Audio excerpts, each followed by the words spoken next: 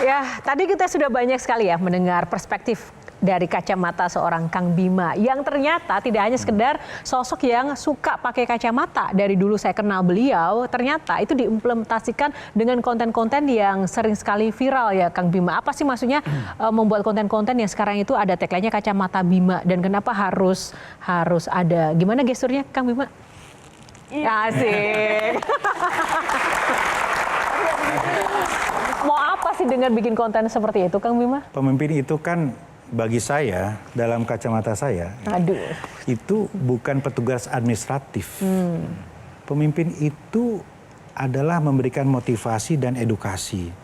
Ada perspektif yang harus dia bagi kepada orang, gitu.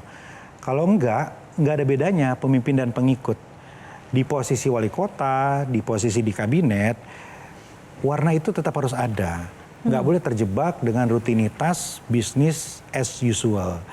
Tapi warga itu perlu untuk diberikan pemahaman. Hari ini kan kita dibombardir dengan berbagai macam kanal informasi. Dan harus ada perspektif dari pemerintah menurut saya yang juga bisa dianggap rasional dan objektif oleh warga. Makanya saya merasa perlu untuk membuat konten-konten yang memberikan perspektif-perspektif tadi.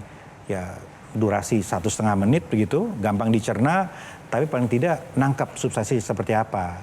Oke, kita lihat langsung aja beberapa contoh dari kontennya Kang Bima ya, Kacamata Bima berikut ini.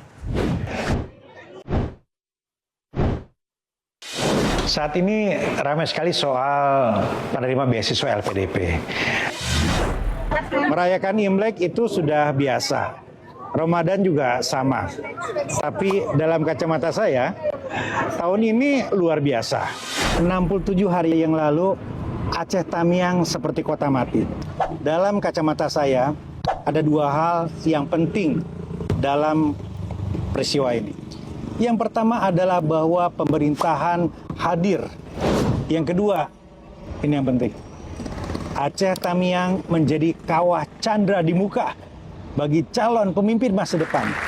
Kang Bima, ketika pejabat sudah masuk ke ranah media sosial khususnya dengan konten-konten seperti itu kan pertanggungjawabannya juga besar. Pedang bermata dua ya, kalau baik kemudian viral bagus, tapi di satu sisi seolah ada pertanggungjawaban moral yang harus menjadi sebuah ekspektasi masyarakat begitu. Kalau tidak sesuai nanti pasti dihujat netizen, dan di bagian mana yang benar-benar mungkin pernah membuat Kang Bima itu jadi baper gitu. Satu hal yang paling berat menjadi pemimpin adalah menyatukan antara pikiran, lisan, dan perbuatan. Nggak mudah gitu.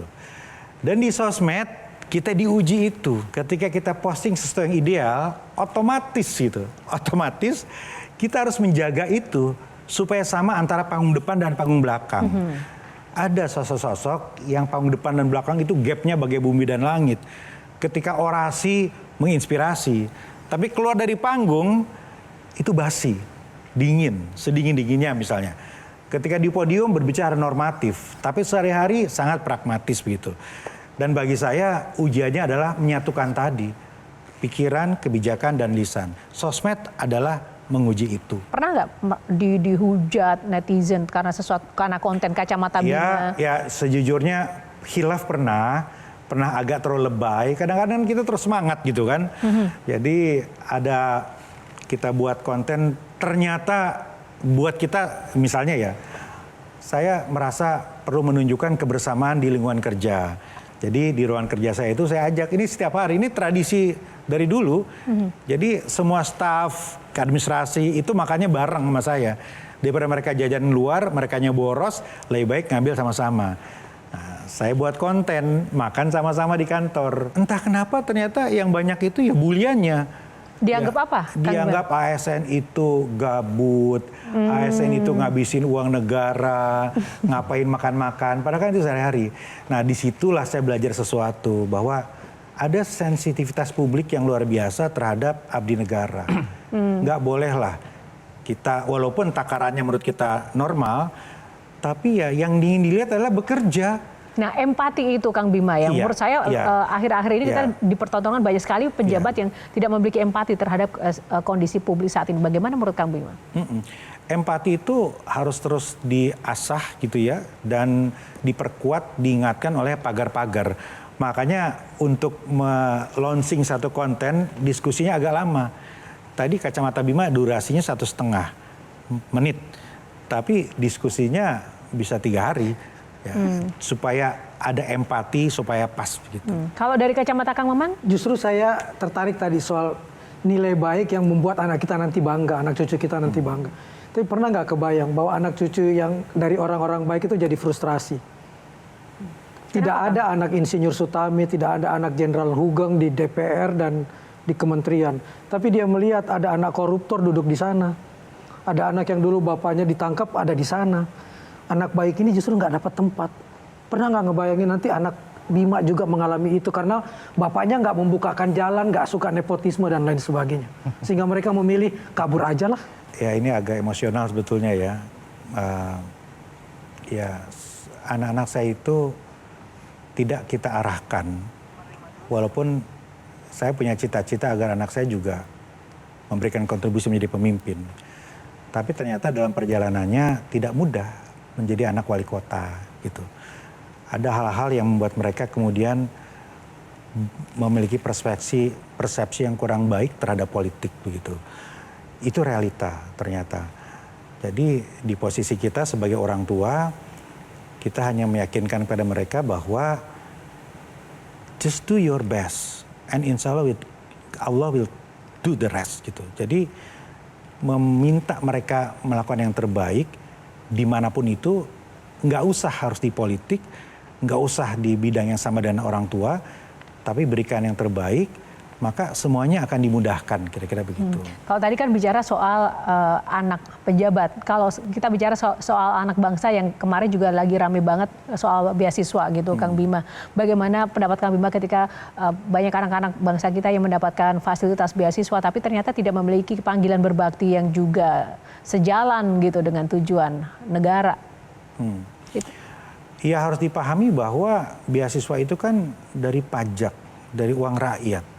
Uang rakyat harus kembali ke rakyat, memberikan manfaat, jangan mampir ke kantong pejabat, apalagi digunakan untuk kepentingan pribadi begitu. Lain kalau sumbernya beda. Ini kalau sumbernya dari rakyat maka harus dirasakan begitu. Nah karena itu ketika memperoleh beasiswa, semangat untuk mengembalikan kepada negara itu harus kuat begitu. Kami dulu dapat beasiswa dari Australia, nggak terlalu dapat kewajiban pulang. Tapi rasanya waktu itu nggak ada yang nggak pulang. Semuanya pulang. Karena ketika berangkat itu mindsetnya adalah kita ingin menjadi bagian dari generasi yang mengubah negara menjadi lebih baik gitu. Itu. Nah memang ada alasan misalnya. Ya nanti kalau pulang terbentur dengan realita KKN, Ordal dan lain-lain. Semua generasi punya masalah yang sama kok. Apa momen yang paling keras yang pernah dialami ketika dulu mendapat mahasiswa dan juga kuliah di Australia? Kan katanya sempat jadi cleaning service atau mengerjakan banyak hal. Apakah itu juga yang membentuk seorang Bima Arya menjadi seperti sekarang? Iya, ya saya merasa 4 tahun di Australia itu dibenturkan terhadap berbagai macam realita begitu ya. Saya kerja keras, ya. Kerja kerasnya itu mulai dari yang paling kerja kasar, metikin anggur, kemudian berangkat subuh pulang malam, motong-motong daun di musim dingin, bersihin toilet yang malamnya dipakai orang-orang bule itu mabok gitu ya, kemudian ngelap mobil, sampai di tahun-tahun terakhir agak bergengsi lah jadi periset gitu ya. Jadi udah ngotak kerjanya begitu. Ya saya merasakan betapa tidak mudah gitu berjuang di luar. Tapi yang justru buat saya lebih membentuk adalah kita mendapatkan helikopter view ketika di luar itu.